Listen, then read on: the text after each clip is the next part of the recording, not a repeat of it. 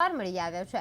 સિદ્ધપુર વિધાનસભા વિસ્તારમાં મતદાર યાદી સુધારણાની પ્રક્રિયામાં ગંભીર વિવાદ છે તે ઉભો થયો છે। વાંધા અરજદારોની વિગતો ગુપ્ત રાખવામાં આવતી હોવા છતાં બીએલઓ દ્વારા કેટલીક વ્યક્તિગત માહિતી લીક થવાની આક્ષેપો સામે આવ્યા છે।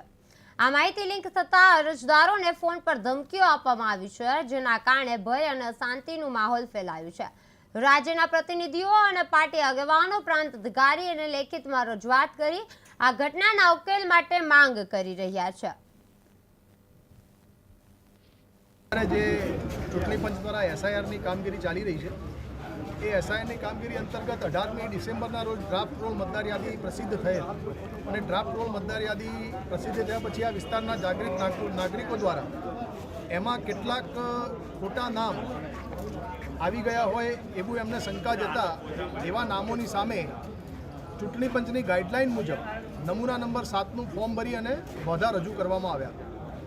એ વાંધા જેની સામે રજૂ કરવામાં આવ્યા છે એને કોઈ નોટિસ હજુ મળી નથી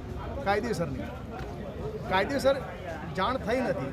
તેમ છતાં આ વાંધા લેનારની માહિતી લીક થઈ, એની પ્રાઇવસી લીક થઈ અને એના ફોન નંબર ને નામ જે તે જેની સામે વાંધા લીધા હતા એમના જોડે પહોંચી એ લોકોને એક ટોળું બનાવી અને ત્યાર પછી આ લોકોનો સમૂહ ભેગો કરીને એક ચોક્કસ રાજકીય પક્ષે એ લોકોને ઉશ્કેર્યા અને ઉશ્કેરી અને જે મોબાઈલ નંબર હતા જેને વાંધા લીધા હતા એ નાગરિકોને ફોન કરી એમને ધમકાવવામાં આવી રહ્યા છે, કંદળગત કરવામાં આવી રહી છે, માનસિક હેરાન કરવામાં આવી રહ્યા છે અને ચોક્કસ દબાણ કરવામાં આવી રહ્યું છે કે તમને આ વ્યક્તિએ કે આ પક્ષે કે આ આગેવાને વાંધા લેવડાવ્યા છે એવું બોલો।